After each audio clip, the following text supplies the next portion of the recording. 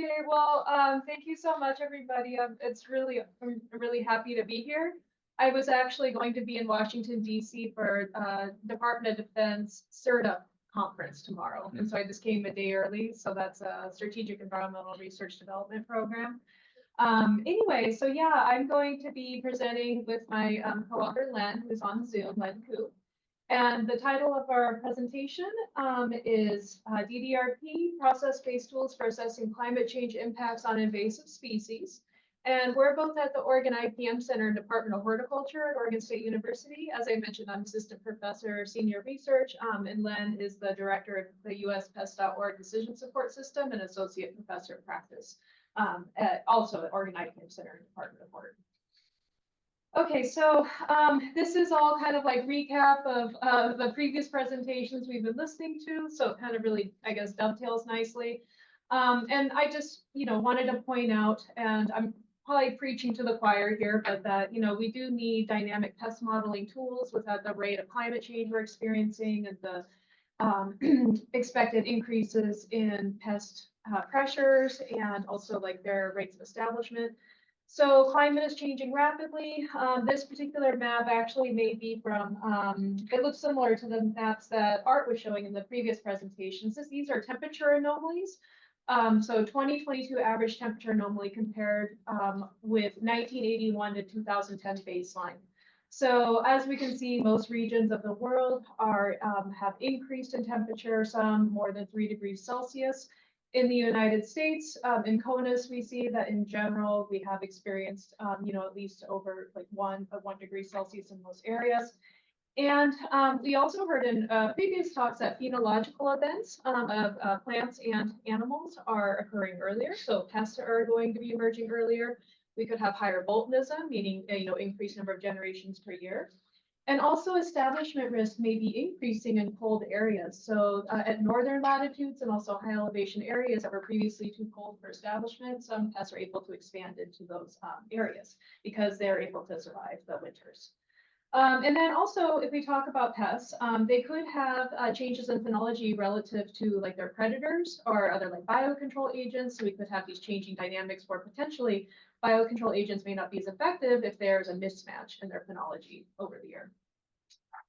Okay, so I'm going to talk briefly about our single site phenology models at the USPest.org Decision Support System.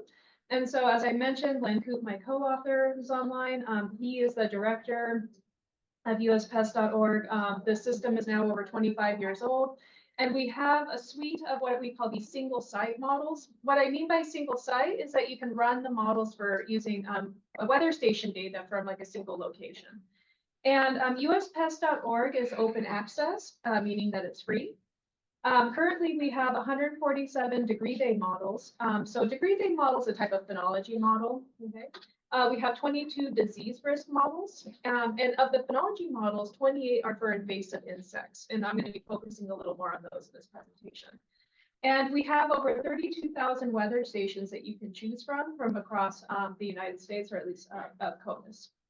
And you can run your models using forecast, weather forecasts for up to like 3 and 7 month forecasts. And on average, we have about 70,000 runs per year of these various models of the USPest.org Decision Support System. The screenshot here I'm showing is our model app. So if you scan that QR code or just follow the web link there, you'll end up at a website where you'll see these tabs where you can like read the intro on this platform, this model app. You can select your weather station, and then you can select your model. So all of those various degree day models and disease risk models I was talking about, you can select them and then run it for using the weather station of your choice. And then the output here, you can view the output in either tabular format or also as a plot. And then for this presentation, I'm going to be focusing more on our spatial models at USPest.org. And so the platform that I've been involved with pretty heavily since I've been at OSU is called DDRP. It stands for Degree Day Establishment Risk and Phenological Event Maps. So you can see why we just call it DDRP. It's a pretty long name. And so DDRP is just one example, like, this pest modeling decision support tool. And so you may be potentially familiar with other ones, like, so for example, APHIS PPQ has the SAFARS modeling platform, right? So, and we have actually worked with folks at SNT and given them some of our products and our code for this. And so I just want to like quickly point out that this is not the only like platform that you can use for this, but I do want to point out that it's unique in that it integrates phenology and climate suitability mapping, okay? So most other platforms just do one or the other. And it's designed for real-time modeling. So if you go to the website, which I'll show you a screenshot of in a minute here, you will see forecasts that were updated potentially today or yesterday. So we update every 2 to 3 days. It's process-based, meaning that this is not a statistical modeling platform. Okay, it's not based on correlations. It's based on physiological parameters. So for example, developmental temperature thresholds, climate stress thresholds, and then this degree day accumulation that drives development. Okay, and it's open source, so it's written in the R programming language.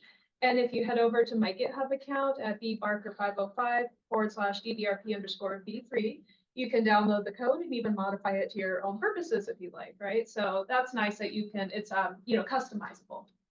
And there are more details about DDRP presented in our PLOS1 publication in 2020 by Barker et al., if you want to read more details about the methods and how that works. Okay, so as I mentioned, advantages of DDRP over existing tools, it addresses the question of both when and where, because it's integrating mapping of phenology and climate suitability, where to expect pests or other species that you may model.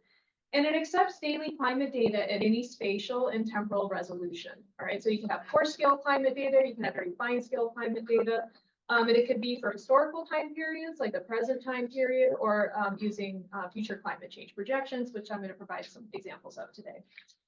It produces extended model forecasts. So we have a forecast weather data going out through the entire year. So typically we run the model starting January 1st, and then we do forecasts out through December 31st of that year. It's applicable to many species. So we have it parameterized simply enough that you can, I wouldn't say necessarily easy, depends on which pests you're working on. But if there's like laboratory studies and field studies of the pests that you're interested in, we have tried to make it simple enough where you can like, derive your model parameters and put it in. So it's not like really species specific, okay? We also try to have aspects of model realism in DDRP. So for example, we have parameters that allow there to be within population variation. So if you're thinking about a pest, usually that pest at a location, they don't all come out, like all the individuals don't come out at a single day of the year, right? There's kind of a spread where you may have the first ones emerging and then there's kind of a peak and then it kind of tails off, right? So we have these population cohorts that allow there to be that variation in the population. This is an example here of how the platform works. So we have estimates of cold stress and heat stress accumulation. So that's how we measure climate suitability. And we are working also on incorporating moisture. Well, we actually have a version of DRP that does include moisture factors. So we have like moisture stress. But the pest models currently have cold stress and heat stress, right? So you can see these warmer colors here.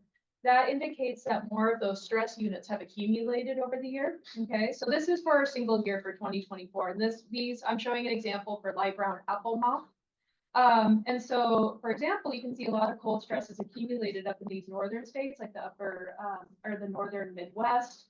And then we have heat stress accumulating in like Texas and southeastern Arizona, southwestern California, right? The blue and the pink line here, those represent the stress limits. And so we assume that if that first stress limit has been exceeded, that those areas could be, have climate stress, there could be short-term establishment could be prevented, but potentially you could have some individuals surviving or maybe like growing again once the temperatures become favorable.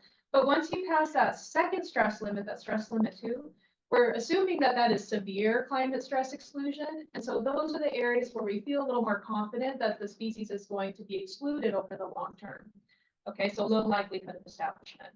And so these maps below the stress unit maps, those are our exclusion maps. So you can see, like I just said, the areas with the pink lines, you see there's that kind of light gray color. The areas above the blue line or that exceed that, or that stress limit 2 is, those are under that severe climate stress exclusion.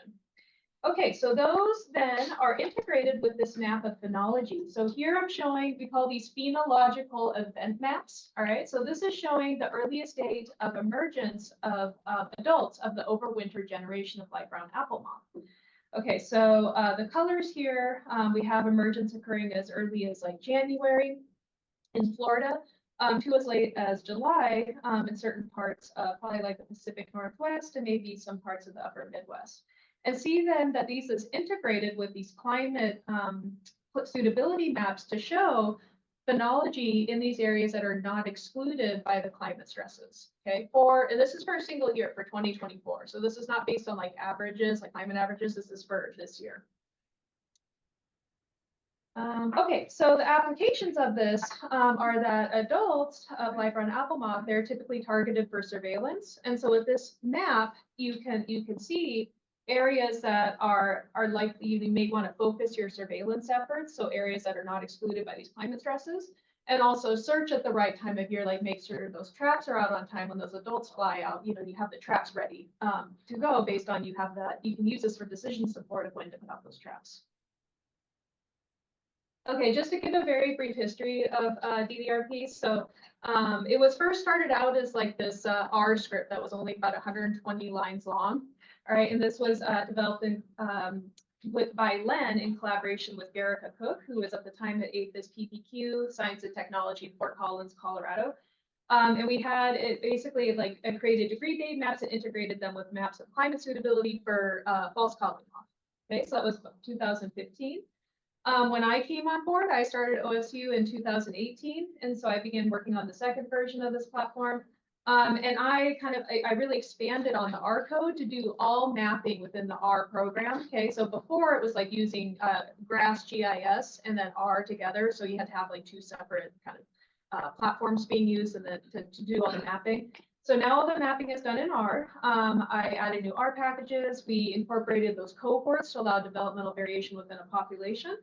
And also I added code to make it faster, right? So I added like parallel processing so you can have multiple cohorts. You could also, so, you know, some of these climate data sets are really big, right? Especially if they're like at this high spatial resolution. So that can really slow things down. So I kind of just like, you know, help speed things up. And in version 3, this I just actually posted a couple weeks ago. This just updated our packages for mapping. Some of them are obsolete. And then we have other developments in progress, which I'll touch on in a few minutes here.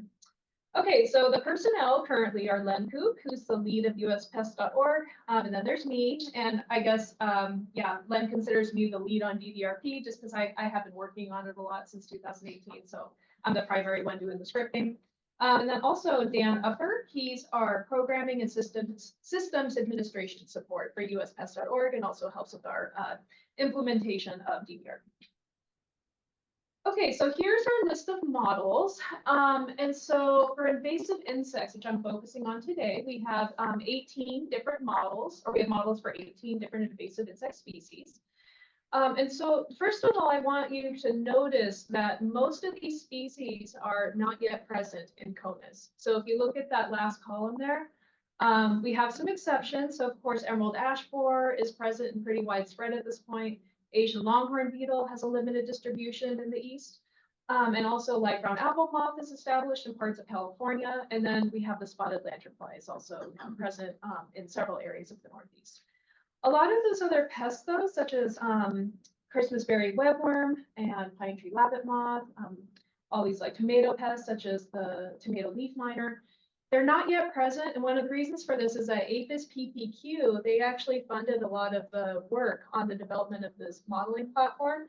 And so they are interested in making sure that these invasive pests do not become established, right? So they were asking us to help them develop decision support models, you know, to help them make sure that they detected these pests early. They're surveying at the right place at the right time.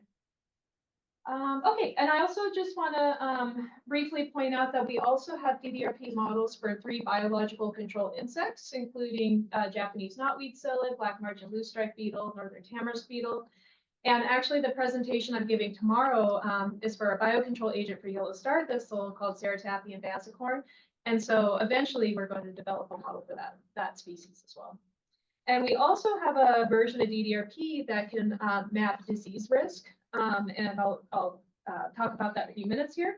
It's for this species called Calinectria pseudonaviculata. It's a fungal pathogen that causes boxwood blight, so boxwood blight outbreaks, and it's invasive in the in CONUS.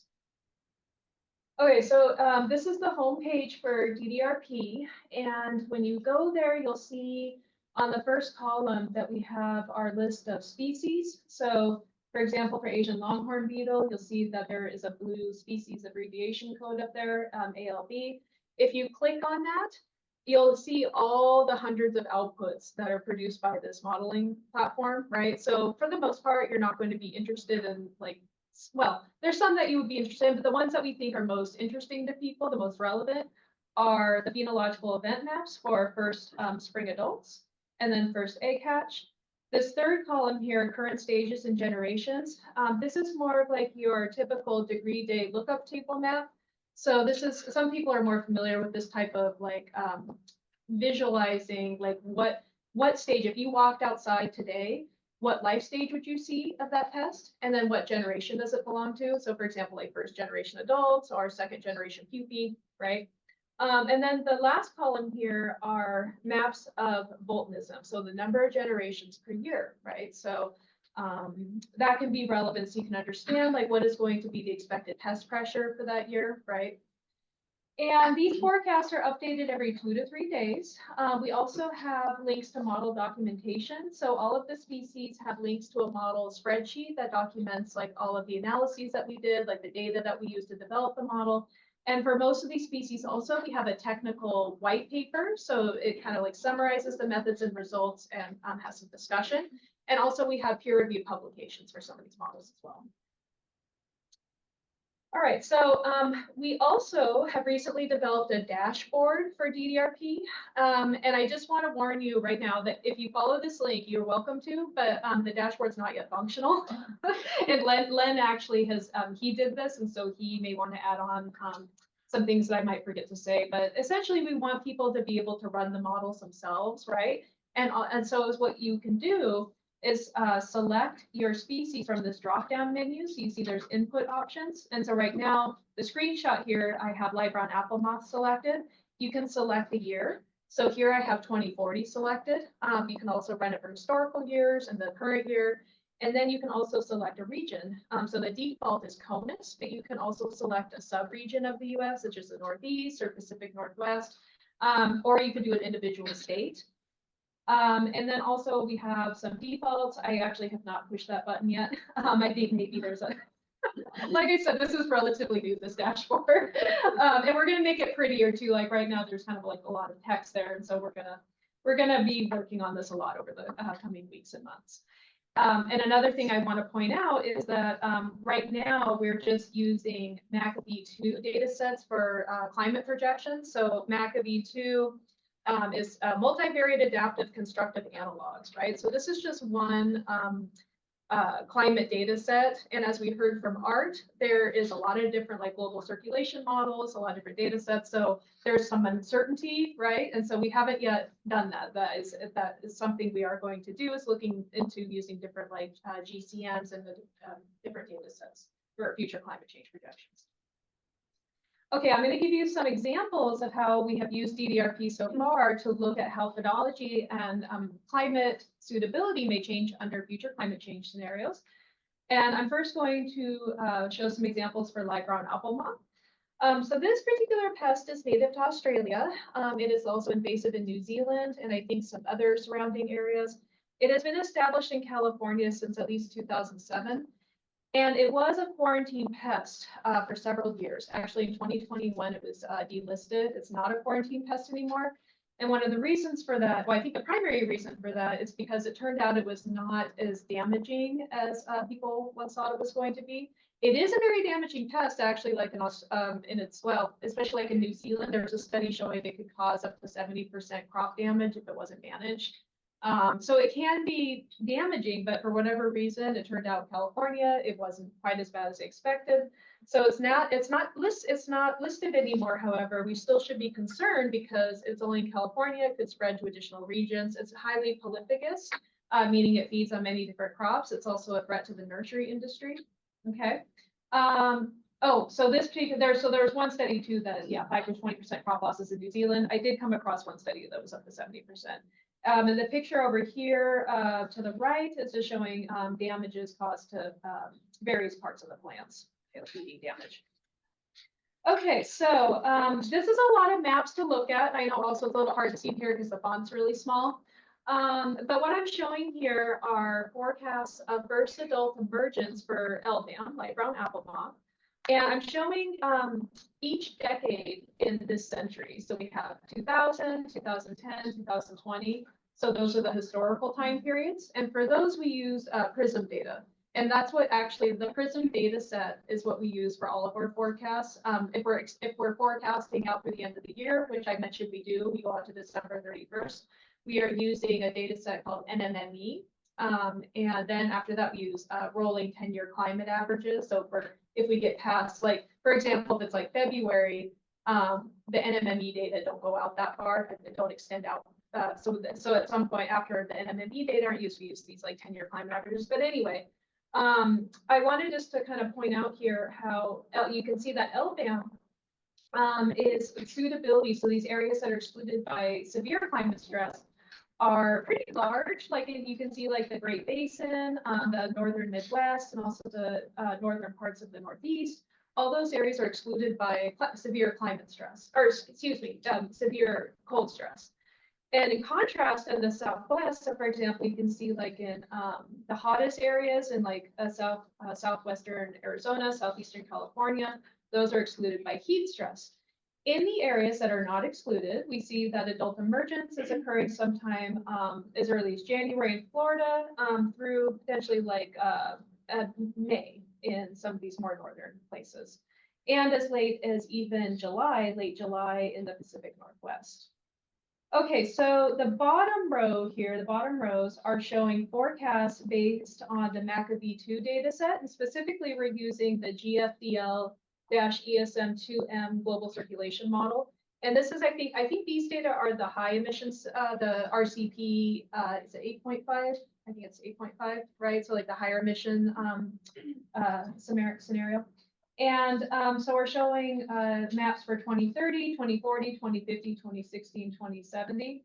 And you can obviously see that there's variation across the year. So you don't necessarily see like a consistent trend. Like, you know, so for example, we see in 2050, for whatever reason that year, we have the cold stress exclusions are not very high, as high as they are, for example, in 26, well, I guess 2060 is pretty similar.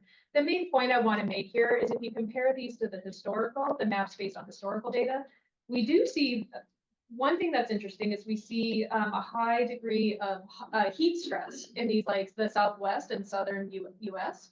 And that's kind of interesting because a lot of times when we think about how pests are going to respond to climate change, we're thinking more about how they may expand into northern areas. But one thing to think about too is that maybe some areas will become hotter and maybe pest pressure will be less in those areas. But that's assuming that the pest is not evolving, right? So these models are assuming that, you know, these the parameters are staying the same, right? Like the heat stress threshold and all that. But we see that heat stress is excluding LBAM from southern areas. We also see that adult emergence is occurring earlier. So for example, when we go up north here into the northern Midwest, those areas are becoming more suitable climatically, and also we have emergence is predicted to occur a few weeks earlier in most cases. So for example, if we compare 2030 to 2070, we see that it goes from like mid-April emergence occurring to early to mid-May. Okay, so just to recap here, we have increasing heat stress exclusions, decreasing cold stress exclusions, and also we have increasing volcanism. So not only do we have early emergence, but because they're emerging earlier, they're developing earlier in the year, they're going to have more generations. And so if you look here, for example, up in Michigan, we see that in 2020, it was expected to have 3 generations, and in 2070, that has moved to 4 generations. And especially in these more northern areas, you do see about 1 generation more of this particular pest. Okay, just as another quick example, the Christmasberry webworm. This species is still considered a high priority pest by APHIS PPQ. It is native to the Mediterranean region. It's usually associated with scale and mealy bugs. It likes to feed on the honeydew, but it can cause direct damage to plants as well on the fruits. It's also extremely prolificous, like elbam. It was already established in Hawaii and is a pest of coffee, corn, beans, avocado, and sorghum where it occurs. It has been intercepted over 450 times in U.S. ports on citrus. Okay, so it definitely could, I shouldn't say definitely, but it is a high likelihood that it could arrive here. I mean, it's been intercepted many times.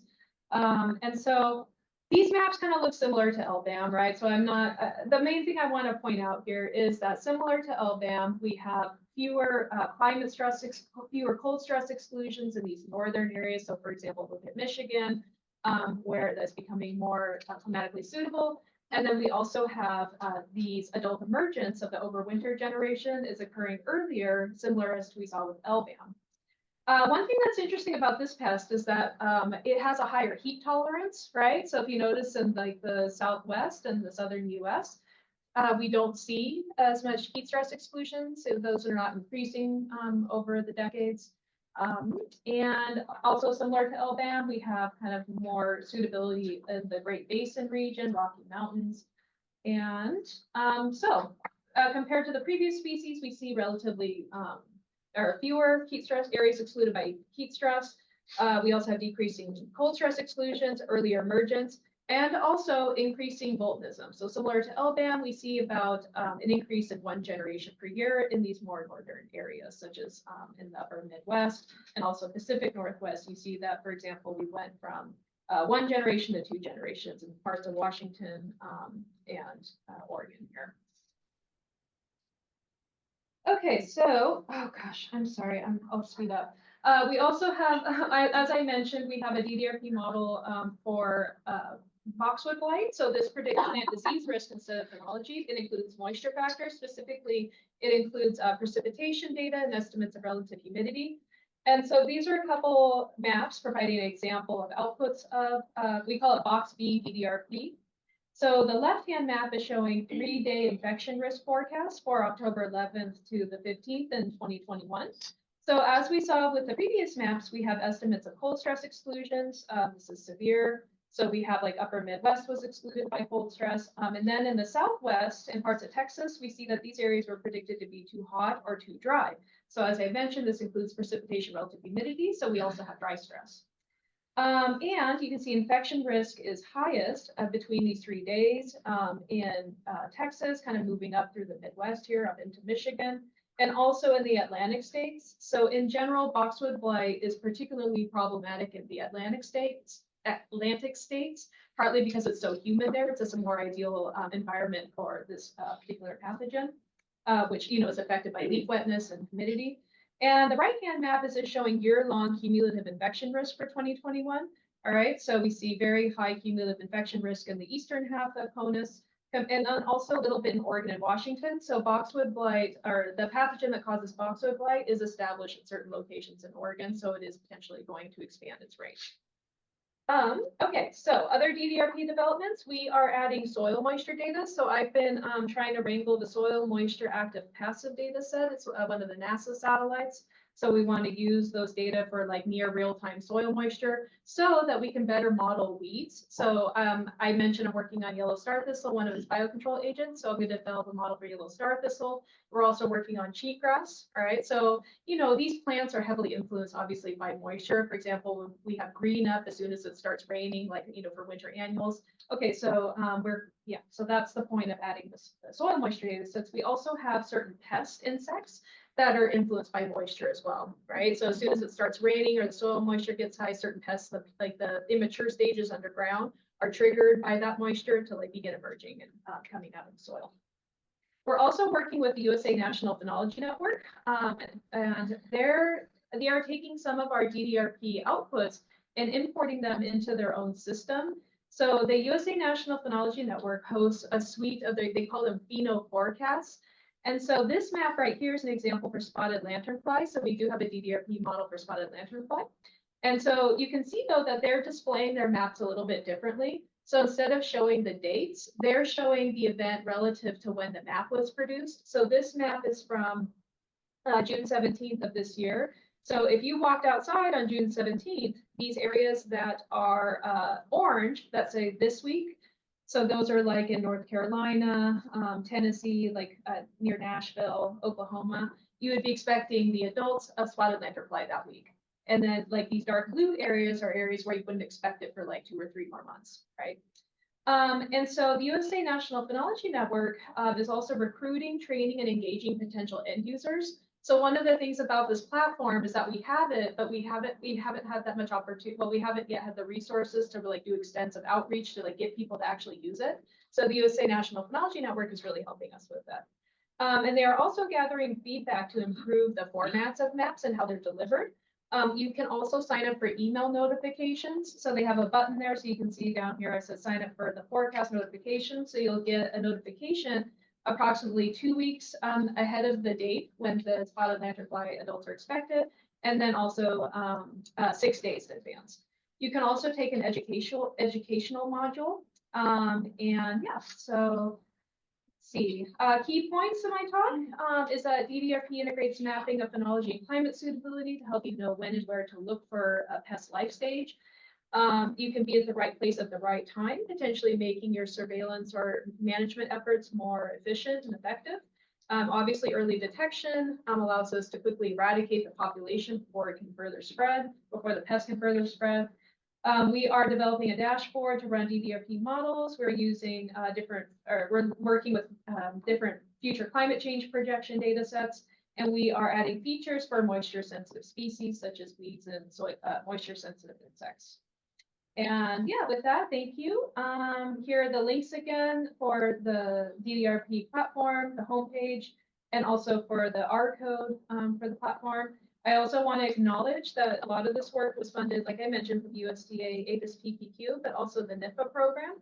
So the Tactical Sciences for Agricultural Biosecurity, that particular program of NIFA has funded a lot of our work over the past few years.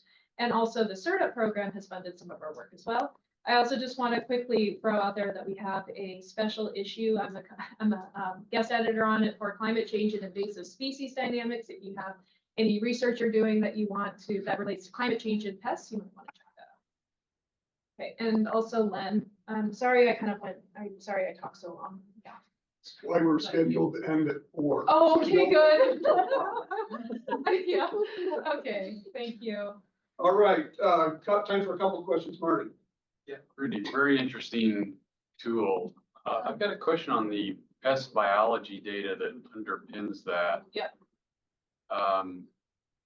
Okay, so I'm guessing what's available in the literature is what you go with, and probably the list of species that have been developed for is based on having more information than, I mean, it just depends on what's in the literature, because I assume that there's no standardization of what's available in literature or so I guess I'm, thinking of the factors that are critical to each species.